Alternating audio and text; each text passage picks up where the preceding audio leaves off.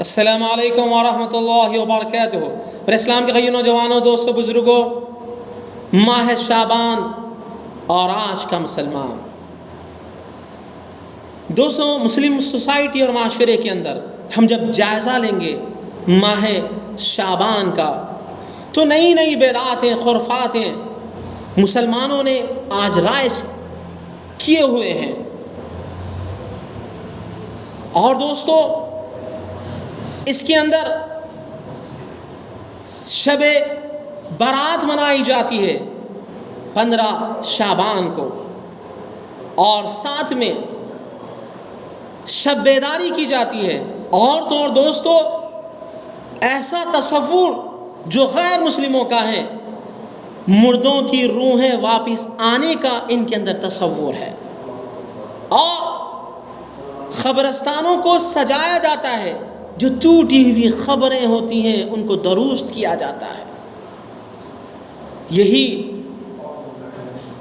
بات مجھے یاد آتی ہے، رہ تک تو دودھ نہیں دیا، جا کر قبر پر بھینس باندھا۔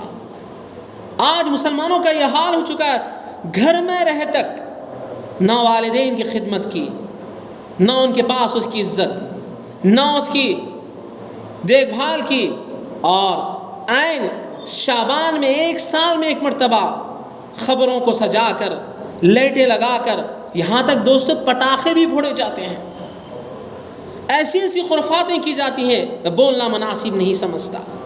لیکن جناب محمد رسول اللہ صلی اللہ علیہ وسلم کے زندگی کا ہم مطالعہ کرتے ہیں، کئی ماہ شعبان آئے، کئی دفعہ آئی آپ صلی اللہ علیہ وسلم کی زندگی کے اندر۔ تو آپ صلی اللہ علیہ وسلم شعبان کے مہینے کے اندر کثرت سے روزہ رکھا کرتے تھے۔ ایک نہیں دوستو، شعبان کی 15 تاریخ کا ایک روزہ نہیں، کوئی دلیل نہیں ملتی۔ آپ صلی اللہ علیہ وسلم جیسے ہی شعبان کا مہینہ آتا، اسامہ بن زید رضی اللہ تعالیٰ عنہ کہتے کہ آپ صلی اللہ علیہ وسلم کثرت سے روزہ رکھا کرتے تھے۔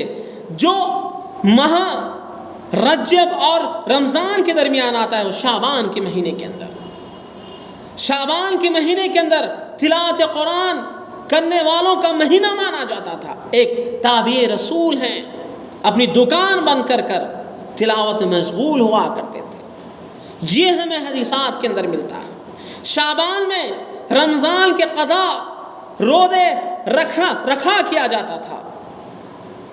امہات المومنین جن کے روزے چھوٹ جاتے تھے، اور آج ان ساری چیزوں کو ہم بھلا بیٹھے ہیں۔ شعبان کی کوئی اہمیت نہیں ہے ہمارے یہاں۔ ہاں، اہمیت ہے شعبان کی 15 تاریخ کو شب بارات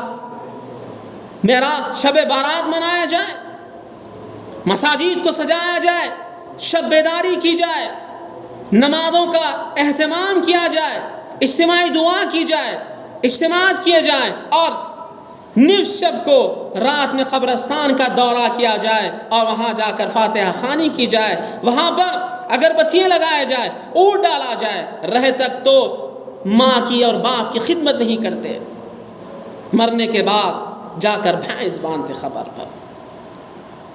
دوستو، یہ تصور لوگوں کے اندر ہے، غیر مسلم کا روح ہے، گھر کو آتی ہیں، اچھے اچھے لازمات پکائے جاتے ہیں، اگر نہیں پکائے تو وہ روحیں گھر کی دیوار کو چاٹ کر چلے جاتی۔ یہ تصور بولے تو کسے بولے، کہے تو کسے کہیں۔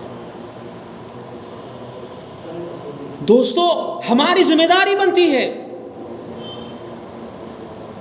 جو بھی ان بدعتیوں سے ملتے ہیں، ان جو بھولے بھالے مسلمانوں سے ہم جب ملتے ہیں، جنہیں علم کا، دین کا کوئی معلومات نہیں ہے، تو ہم بتائیں، انہیں سمجھائیں۔ معاملات آپ کرتے ہیں، ملاقات آپ کرتے ہیں، لین دین آپ کا ان سے ہے، لیکن ڈر و خوف ہے، ارے جانے دو بھائی، لیکن اللہ کے رسول صلی اللہ علیہ وسلم نے جانے دو بھائی نہیں کہا دوستو۔ تاریخ اٹھائیں آپ، تاریخ کے اوراق پڑھیں رسول اللہ صلی اللہ علیہ وسلم کی سیرت کے۔ لوگوں نے انہیں مکے میں 40 سال تک امین کہا، صادق کہا، سچا کہا، کوئی عیب نہیں تھا ان کے اندر، پڑوسیوں سے اچھا سلوک تھا، برتاؤ تھا، راہ گزر کی مدد کرنے والے، ایسا نام امین کہا گیا۔ لیکن جیسے ہی دین کی دعوت انہوں نے، دین کا بیڑا جیسے اٹھایا، خود ان کا چچا ان کو گالی دیتا ہے۔ جس وقت مکے کے اندر عزیزان وطن میں جو پیدا وہاں سے انہیں ہکالا گیا، پتھر سے مارا گیا، طائف کے اندر لہو لہان ہوئے، مصیبتیں آئیں، مصیبتیں کے پہاڑ ان پر ٹوٹ پڑے، لیکن اپنے مشن کو جاری رکھا دوستو۔